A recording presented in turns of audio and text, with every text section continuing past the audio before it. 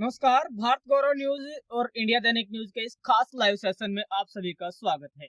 मैं संजय कौशिक आज मौजूद हैं हरियाणा की लुहारू विधानसभा के एक ऐसे गांव में।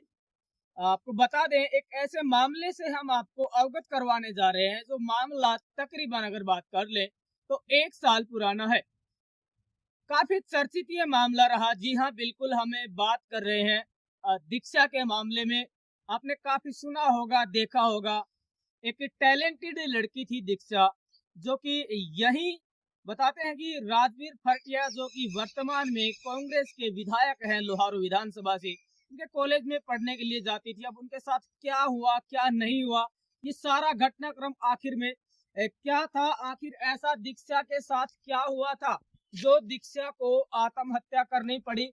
और देखिए, न्याय की इस लड़ाई की जो जद्दोजहद है, पराकाष्ठा है, या फिर एक पिता की हिम्मत हम कह सकते हैं। एक पिता की हिम्मत आप देखिए, तकरीबन 1 साल से लड़ाई लड़ रहे हैं, लेकिन अभी तक जो पीड़ित परिवार है उसको न्याय नहीं मिल पाया है। और ये अक्सर देख लेते हैं हमें, पिछले दिनों आपने देखा होगा मनीषा हत्याकांड की बात हम कर ले तो काफी जो चर्चित है मुद्दा है।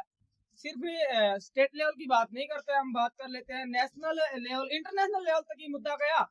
लेकिन हुआ क्या, वही डाक के 3 पात, यानी कि अभी तक न्याय नहीं मिला। असल दोषी ना तो अभी तक दीक्षा के मामले में सामने आ पाए और ना ही मनीषा हत्याकांड के मामले का पूरा खुलासा हो पाया कि असल दोषी कौन। तो परिवार के साथ हम जुड़ेंगे, बातचीत करेंगे, लेकिन एक बात जरूर कहना चाहेंगे। बहुत दुख लगता है जब इस तरह की घटनाएं घटित होती है, खास करके बेटियों के साथ। वहीं दूसरी तरफ बातचीत कर ले तो सिर्फ हमारी हरियाणा सरकार नहीं बल्कि केंद्र सरकार भी ये नारा देती है कि बेटी बचाओ बेटी पढ़ाओ। और पूछना चाहेंगे उन सियासी नुमाइंदों से, अगर बेटियां बचेंगी ही नहीं तो फिर पढ़ेंगी कहाँ से? क्योंकि 100 बात की एक बात तो ये है कि आज के समय भी भले ही सतयुग का समय अलग रहा हो, लेकिन कलयुग के समय आज भी कुछ दरिंदे ऐसे होते हैं जिनके घर में माँ बहन बेटियां होती है, लेकिन फिर भी उनको दूसरों की इज्जत इज्जत नजर नहीं आती। एक अलग बात है यश अपयश, आज किसी के पास कितनी भी धन दौलत अपूत हो, लेकिन जो असल दोषी होता है, असल अपराधी होता है, वो समाज की नजर में बिल्कुल जीरो होता है। और यही दीक्षा के साथ भी हुआ। दीक्षा के बारे में हमने पता किया, दीक्षा एक इतनी टैलेंटेड लड़की थी जिसने अपनी काबिलियत के दम पर काफी कुछ हासिल किया और हासिल करके एक ऐसा मुकाम हासिल करना चाहती थी, एक इस लेवल पर पहुंचना चाहती थी जहां तक पहुंचने के बारे में कोई सोच भी नहीं सकता। जानकारी के मुताबिक जो दीक्षा है काफी टैलेंटेड थी, काफी होशियार थी। सेंट्रल यूनिवर्सिटी में उन्होंने एग्जाम दिया और उसके बाद उनका सिलेक्शन डीयू यानी कि दिल्ली यूनिवर्सिटी में हो जाता है। लेकिन परिवार के हालात जिनके कारण दीक्षा को यहाँ एडमिशन दिलवाया गया और दीक्षा कुछ करना चाहती थी, लेकिन किसी ने नहीं सोचा था कि दीक्षा के साथ ऐसा भी होगा। तो परिवार के साथ हम जुड़ेंगे, बातचीत करेंगे, आगे की तरफ बढ़ते हैं। बातचीत ये दीक्षा का जो घर है वो वहां पर हम मौजूद है। दीक्षा के पिताजी भी हमारे साथ मौजूद है, उनकी माता जी उनके वो भी हमारे साथ मौजूद है। तो चलिए सीधे जुड़ेंगे, बातचीत करेंगे। और आ, इस वक्त इस एपिसोड में हमारे साथ एससी खाप के जो प्रदेश अध्यक्ष है दिलबाग सिंह श्यामपुरा भैया, वो भी मौजूद है। उनसे भी बातचीत कर लेंगे भी क्या कुछ कहना है। न्याय की लड़ाई काफी लंबी लड़ी जाती है, लेकिन अंत में न्याय मिलता है। लड़ाई लड़ने वाला चाहिए, लड़ाई लड़ने का मादा होना चाहिए। तो चलिए सीधे जुड़ेंगे उनके पिताजी से, दिलबाग श्यामपुरा जी से भी जुड़ेंगे, बातचीत करेंगे, जानेंगे क्या कुछ कहना है।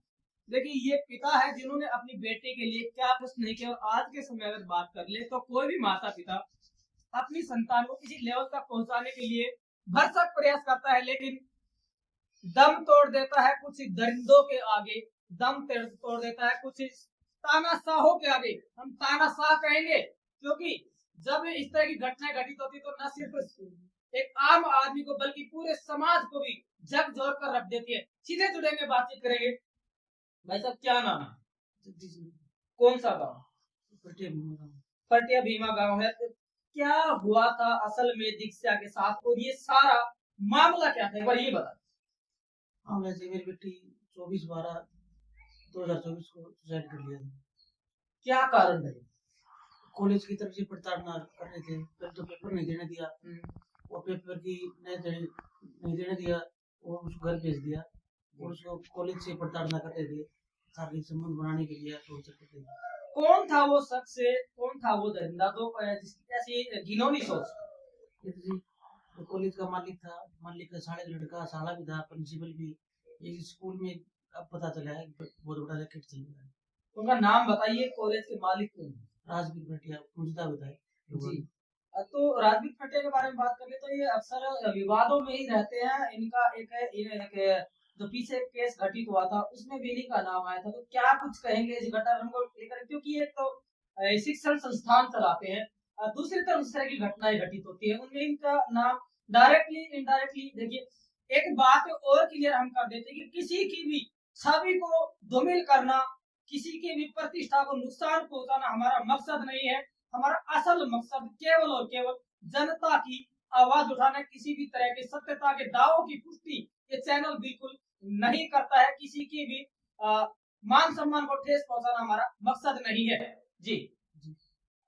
तो क्या कुछ कहेंगे, एक तरफ है शिक्षण संस्थान चलाना, दूसरी तरफ है इस तरह से डायरेक्ट या इनडायरेक्ट इन्वॉल्वमेंट होना, नाम का सामने आना।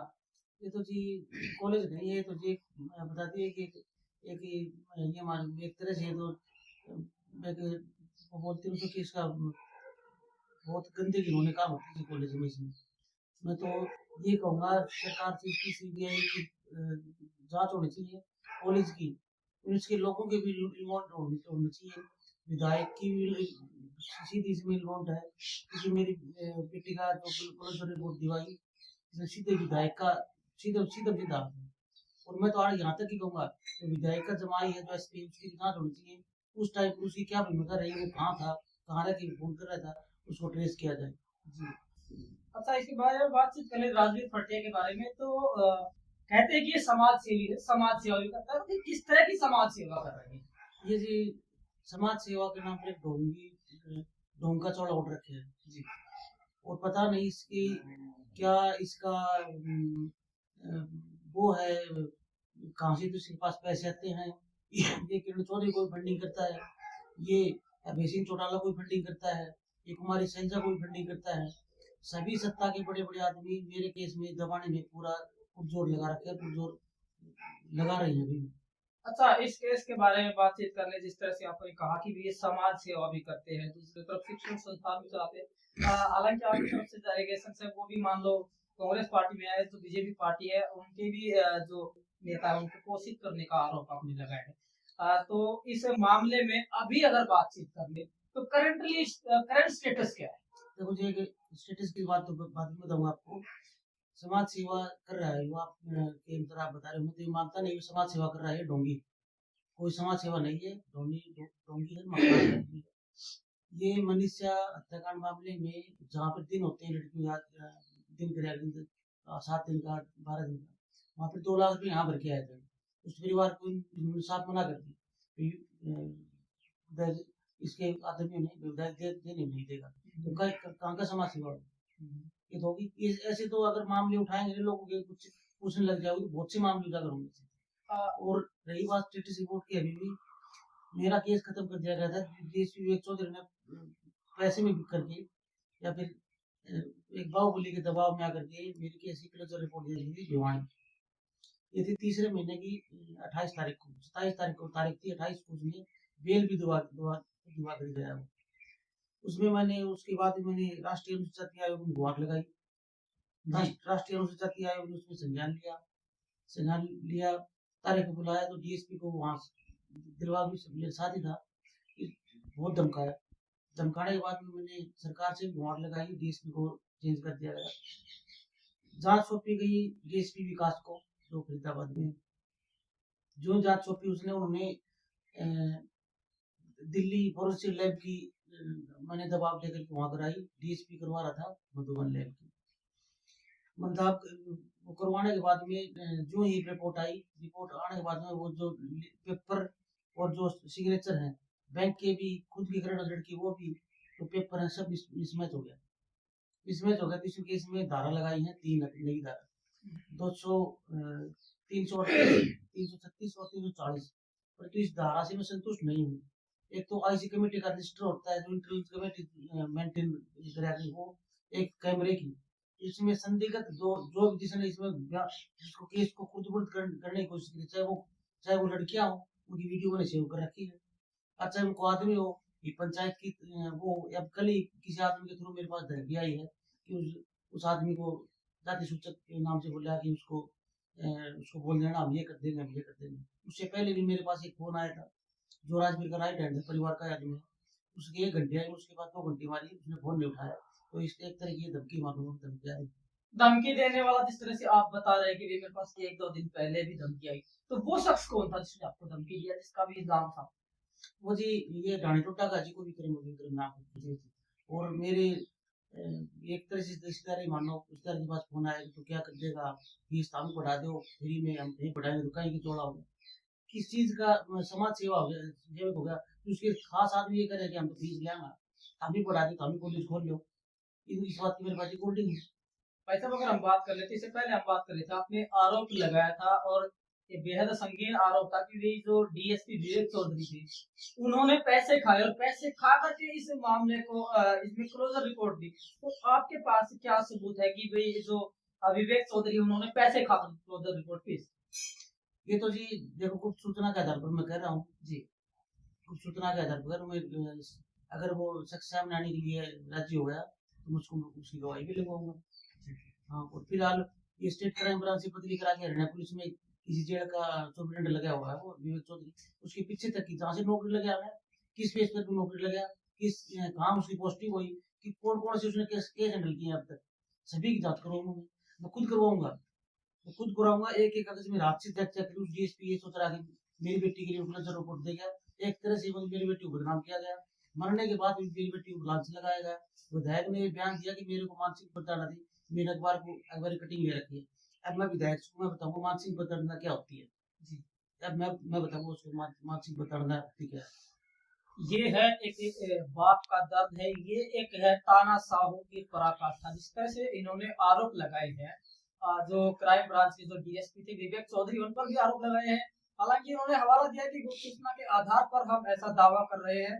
और इसी के साथ साथ अगर हम बातचीत कर ले तो काफी चर्चित ये मुद्दा रहा था। इन्होंने आरोप काफी संगीन लगाए हैं और एक बात जरूर कहना चाहेंगे, जिस तरह से जो आरोप लगाए गए हैं उनकी सच्चाई असल में जनता के सामने आनी चाहिए। एक बार फिर से जुड़ेंगे, फिर से बातचीत कर लेंगे। अभी आगे किस तरह से लड़ाई लड़ने वाले हैं, क्या कुछ करेंगे? मैं मर सकता हूँ पीछे नहीं हटूंगा, ये मेरा वादा है, मर सकता हूँ पीछे नहीं हटूंगा, मेरी बेटे का इंसाफ लूंगा।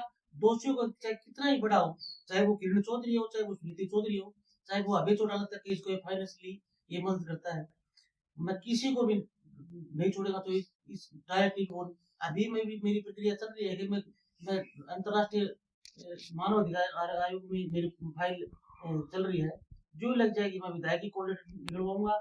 जिस टावर से जो जितने मोबाइल थे उन मोबाइलों की जांच करवाऊंगा। मेरे केस में जिस टाइम पर यो विवेक चौधरी इससे गुड़गांव इससे कोठी पर मिला, उस टाइम पर जियो की 3 सिम मंगवाई थी, उन्हीं सिमों से इन्होंने इस केस को हैंडल किया, सभी इस सारे केस को हैंडल किया। आरोप काफी सनसनीखेज है, काफी बेहद और गंभीर आरोप है। ये दीक्षा के पिता थे जिनसे हमने बातचीत की है, और जो बातचीत में जो निकलकर सामने आया है वो आपके समक्ष रखा गया है। अब हम जुड़ेंगे जो एससी खाप के जो प्रदेश अध्यक्ष दिलबाग सिंह श्यामपुरिया है उनसे, कि भाई क्या कुछ कहेंगे। लेकिन एक बात तो जरूर है कि देखिए, वैसे कहा जाता है समाज में कि भाई गरीब की बहू सबकी भाभी और अमीर के बहू सबकी दादी। ऐसा ही होता है समाज में, अक्सर देखा जाए तो, सुनने में आए तो, और होता भी है। तो सीधे जुड़ेंगे, दिलबाग श्यामपुरिया से बातचीत भी करेंगे। क्या दिलबाग जी, स्वागत है आपका भारत गौरव न्यूज के से खास सेशन में। काफी चर्चित ये मुद्दा रहा और ये भी एक अलग से इतिहास रहा है कि जो भी मानो ताकतवर रहा है, हमेशा जो दबे कुचले कमजोर वर्ग के लोग रहेंगे उनका हमेशा से शोषण होता है। क्या कैसे देखते हैं, किस पॉइंट ऑफ व्यू, किस एंगल से इस मामले में? सबसे पहले मैं नमस्कार करता हूँ आपको और शुक्रिया अदा करता हूँ आपका, जो आप इतनी दूर से चल के और इस पीड़ित परिवार का दर्द सुनने के लिए यहाँ पे आए। आपके सभी दर्शकों को मेरा प्यार भरा नमस्कार। सर मैं ये कहना चाहूंगा इस मामले की हम जल्द से जल्द सीबीआई जांच की मांग करते हैं ताकि दूध का दूध और पानी का पानी सामने आए और इस पीड़ित परिवार को न्याय मिले। ऐसा है देखो, उस बच्ची ने पेपर नहीं दिए, फिर भी उसका पेपर किससे दिलवाया? मैं तो ये कहता हूँ राजवीर भटिया को खुद आगे आकर के इस मामले की सीबीआई जांच करवानी चाहिए। वो पेपर देने वाला कौन था? उस बच्ची से वो पेपर दिलवा गया, उसकी भी जांच होनी चाहिए और उनको गिरफ्तार करना चाहिए। फिर विधायक का जो साले का लड़का है जिसने हमारी दीक्षा को इतना प्रताड़ित किया कि उसने अपने ध्यान देने को, वो अभी आरोपी बाहर है। और अभी मेरे को सुनने में आया है कि वो अभी थोड़े दिन पहले ही है ना किसी गिरावट की किसी लड़की को लेकर के और वो फरार हो गया, उसके भी माँ बापों ने उसके ऊपर केस कर रखा है उसी लड़के के ऊपर। तो ऐसे ऐसे आरोपी सरेआम बाजार में घूम रहे हैं। ऐसे लोगों को तो जहां उनकी जगह है वहां के अंदर होना चाहिए, लेकिन वो घूम रहे हैं, पैसे के दम पे घूम रहे हैं। कहीं उनके रिश्तेदार जो हैं वो अरबपति खरबपति हैं, तो इसका मतलब तो गरीब ही रहेगा और गरीब का हमेशा शोषण ही होता रहेगा। उनकी जहाँ पे जगह जहाँ है वहाँ पे उनको पहुँचाने का काम सरकार को करना चाहिए और सरकार को इस मामले में संज्ञान लेना चाहिए, इस पीड़ित परिवार का दुख समझना चाहिए। और जिस प्रकार से ये परिवार कह रहा है कि हमारी सीबीआई से हम चाहते हैं, सीबीआई से हमारी इस मामले की जांच हो, तो जल्द से जल्द सरकार इस मामले को सीबीआई से जांच करवाए और इस पीड़ित परिवार को न्याय मिले। शुरू से जहाँ तक हमें पता चला है आप इस लड़ाई में शुरू से लेकर के अब तक परिवार के साथ है। कैसे लड़ाई जो है वो लड़ी गई और किस लेवल तक आप? मैं इस मामले में जैसे ही हमारी मैंने आत्महत्या की थी उसके 2-3 दिन बाद में मैं यहाँ पे आया था और मैं आया था यहाँ पे बैठने के लिए। इस परिवार को मुझे पता नहीं था ये मामला ऐसा है। हमारी चाची लगती है, वो इनकी बहन है, तो उस नाते से ये मेरे मामा भी हुए। तो मैं यहाँ पे आया था कि मैंने देखा ये मामला तो बहुत संदिग्ध है। फिर 2 दिन बाद में मैं यहाँ पे आकर के मैंने पूरी की पूरी मामले तह तक जा करके मैंने सोचा ये तो बहुत गंभीर मामला है और इस परिवार का मुझे साथ देना चाहिए। मैं तब से यहाँ खड़ा हूँ, जहाँ भी इनको जाना होता है, दिल्ली जाना हो चाहे यहाँ, जब भी इनको जरूरत होती है मेरी बुलाते हैं तो मैं आता हूँ और मैं आखिरी सांस तक इनके साथ रहूंगा जब तक इस परिवार को न्याय। जिस तरह से इन्होंने कहा है कि कुछ अधिकारियों पर भी इन्होंने ये आरोप लगाए कि पैसे खा करके जो क्लोजर रिपोर्ट है वो दी गई, और दूसरी बात इन्होंने कुछ जो नेता है, बड़े नेता है, उनका भी हाथ है राजवीर भटिया के सर पर बताना। मैं तो यही कहता हूँ, देखो सरकार भारतीय जनता पार्टी की और विधायक कांग्रेस का है, फिर भी ये मामला आगे क्यों नहीं जा रहा? ये सरकार का जो नारा था बेटी बचाओ बेटी पढ़ाओ, तो ये भी तो एक बेटी थी।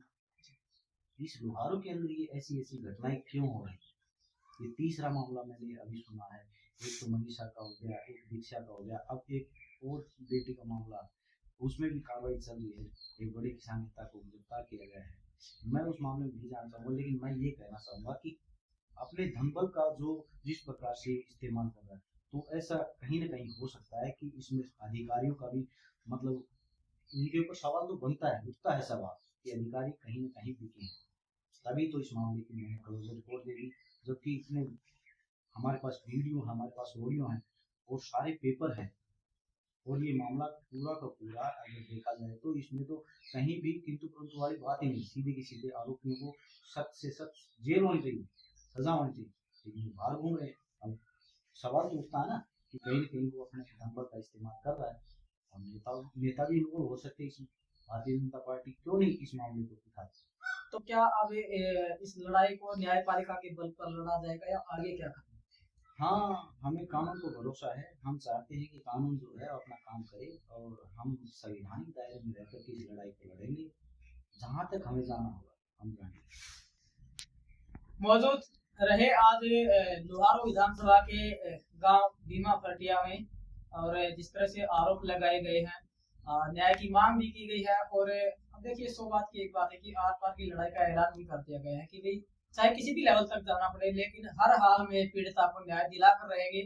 और अब ये लड़ाई पीड़िता दीक्षा बनाम मौजूदा कांग्रेस विधायक राजवीर भटिया की बन चुकी है। एक तरफ इनके पिता हमारे साथ मौजूद है, दूसरी तरफ समाज सेवी या इस समाज की बात कर ले तो नेता हम कह सकते हैं दिलबाग श्यामपुरिया हमारे साथ मौजूद थे।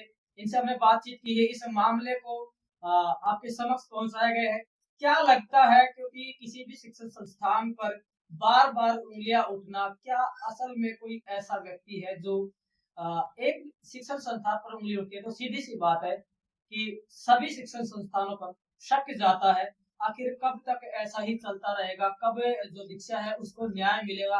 हालांकि ये दुख की बात है कि वो बिटिया आज इस दुनिया में नहीं है, न्याय की लड़ाई ये परिवार लड़ रहा है, लेकिन किस हद तक कामयाब हो पाता है। दिलबाग श्यामपुरिया के बारे में हम बात कर ले तो देखते रहते हैं हम लगातार समाज को एकजुट करने का प्रयास करते रहते हैं। अब ये लड़ाई किस निर्णायक मोड़ पर पहुंचेगी वो देखने वाली बात होगी। किस तरह से आप मानते हैं, गलती कहाँ किसकी और क्या कुछ कहना है, इसके बारे में कमेंट सेक्शन में अपना जवाब जरूर दें। भारत गौरव न्यूज और इंडिया दैनिक न्यूज की टीम आज इस गांव में मौजूद रही। इनके पिता से हमने बातचीत की है, तो मामला है वो आपके समक्ष रखा गया है। ये कुछ छोटा मामला नहीं था, काफी बहुचर्चित मुद्दा ये रहा था, जिसमें वर्तमान जो लोहारू के विधायक है राजीव भटिया, उनकी काफी किरकिरी भी हुई। हालांकि कहते हैं कि समाज सेवा भी करते, लेकिन इनके जो दीक्षा के पिता उन्होंने बिल्कुल नकार दिया कि समाज सेवा का तो एक सिर्फ चोला है, ढोंग कर रखा है। हालांकि इस बात पर हम नहीं जाना चाहेंगे, पॉइंट टू पॉइंट बात करेंगे। सारी बातें आपके समक्ष रखी गई है, क्या कुछ मानते हैं, क्या कुछ सोचते हैं और क्या कुछ होना चाहिए, और क्या दीक्षा को की न्याय की लड़ाई में आप भी शामिल, अगर आप भी सहभागिता आपने देना चाहते इस मामले, तो पीड़ित परिवार का साथ दे, क्योंकि जब इतिहास गवाह जब भी एक ताकतवर शक्ति से, ताकतवर परिवार से किसी ने लड़ाई लड़ी है तो अंत में जीत न्याय की हुई है। न्याय भले देर मिले लेकिन मिलता जरूर है। न्याय की लड़ाई लड़े, न्याय अन्याय के खिलाफ लड़े और अपनी बात को मजबूती से रखे। बातचीत आपके समक्ष रखी गई है, क्या मानते हैं, क्या कुछ होना चाहिए, कौन गलत कौन सही, इसके बारे में कमेंट सेक्शन में अपना जरूर दें और देखते रहिए भारत गौरव न्यूज और इंडिया दैनिक news. Bureau report Sanjay Kaushik. चलो पिताजी से हम एक बार फिर से जुड़ते हैं, बातचीत करते हैं कि किन किन लोगों का इन्वॉल्वमेंट था और क्या क्या रहा। इस मामले में बातचीत कर ले तो कितने लोगों पर एफआईआर आपकी तरफ से दर्ज करवाई? 4 लोगों के खिलाफ दर्ज करवाई गई। किन किन के खिलाफ? एक तो हनुमान की लड़की संजू, एक हनुमान का लड़का, एक हनुमान, एक कॉलेज की प्रिंसिपल सरिता। जी। बाद में मेरी संज्ञान में वो सिस्टम आया, मेरे किसी ने लोगों के थ्रू पता चला, तो उसमें ये इनके जो आदमी थे ना, इनके संदिग्ध जो आदमी है विधायक के, इनकी भी जांच होनी चाहिए। इन्होंने भी वहाँ पे डीवीआर बदली है और आईसी कमेटी रजिस्टर नहीं था, इनकी भी जांच होनी चाहिए। रातों इनकी गाड़ियाँ भागी हैं और इन सब की जांच होनी चाहिए। इस तरह से एक लड़की के अभी नाम आप बता रहे थे, उनके खिलाफ दर्ज करा कि क्या इन्वॉल्वमेंट था? वो लड़की का जिस टाइम पर एक्सपायर हुई उस टाइम पर 2 लड़कियों का फोन आया हुआ था। एक तो दीपिका का स्नैपचैट के ऊपर 2 मैसेज थे, लास्ट का मैसेज ओके था। दूसरी जो राहुल का नाम ले रहे हैं, ये इसकी बहन ने बात आपने फ़ोन किया उसी टाइम पर लड़की के फ़ोन पे ये फ़ोन आया हुआ था। 2 कॉल, एक कॉल बाद में भी आई है। गाँव के सरपंच ने बात करी थी, अब भाई कौन बोल रही थी उसने बताया ही नहीं, कहा कौन नहीं बोल रही हूँ, और वो राहुल की बहन बोल रही थी। चलिए इनकी जो माता जी है उनसे भी हम जुड़ेंगे, उनसे भी बातचीत करेंगे, क्या कुछ कहें। दिवंगत जो पीड़िता है दीक्षा, उनकी माता जी हमारे साथ मौजूद है। एक माँ के लिए एक बेटी का दर्द एक माँ ही समझ सकती है, क्योंकि एक माँ के द्वारा उसे पोषित किया जाता है, उसे संस्कार दिए जाते हैं। लेकिन जब इस तरह की घटनाएं होती हैं तो सबसे ज्यादा दुख अगर किसी को होता है तो वो एक माँ को होता है, क्योंकि एक माँ ही एक संतान को अपनी कोख से जन्म देती। क्या कुछ कहेंगे जी इस मामले को लेकर, क्योंकि काफी लंबा पुराना मामला है, काफी लंबे समय से आपका परिवार लड़ाई लड़ रहा है, किस तरह से न्यायिक मामला? न्याय चाहिए मेरी बेटी को। देखिए भावुक होना लाजमी है, लेकिन आप हिम्मत रखिए, अपनी जो बात है वो आप हिम्मत करके रखिए। ये समाज साथ देवर और न्याय चाहिए, न्याय दिलाओ। चलिए माता जी क्या कहेंगे इस मामले को लेकर के? मेरी पोती भी न्याय चाहिए, सतीश बिरादरी साथ की मेरी पोती न्याय चाहिए। दोषियां दोषी दोष दिवाओ, सजा दिवाओ दोषियां। मेरी होना पोती थी बात। दीक्षा के घर पर हम मौजूद हैं, उनके माता पिता से हमने बातचीत की गई है, 100 बात की एक बात और कुछ सवाल जिनके जवाब मिलना अभी बाकी है। क्या दीक्षा को मिल पाएगा न्याय? क्या बेटियों के खिलाफ जुर्म और अन्याय पर लगेगी लगाम? क्या जो असल आरोपी है वो होंगे सलाखों के पीछे? क्या हारेगी एक पीड़िता के सामने तानाशाही? देखते रहें भारत गौरव न्यूज और इंडिया दैनिक न्यूज। जय हिंद, जय भारत।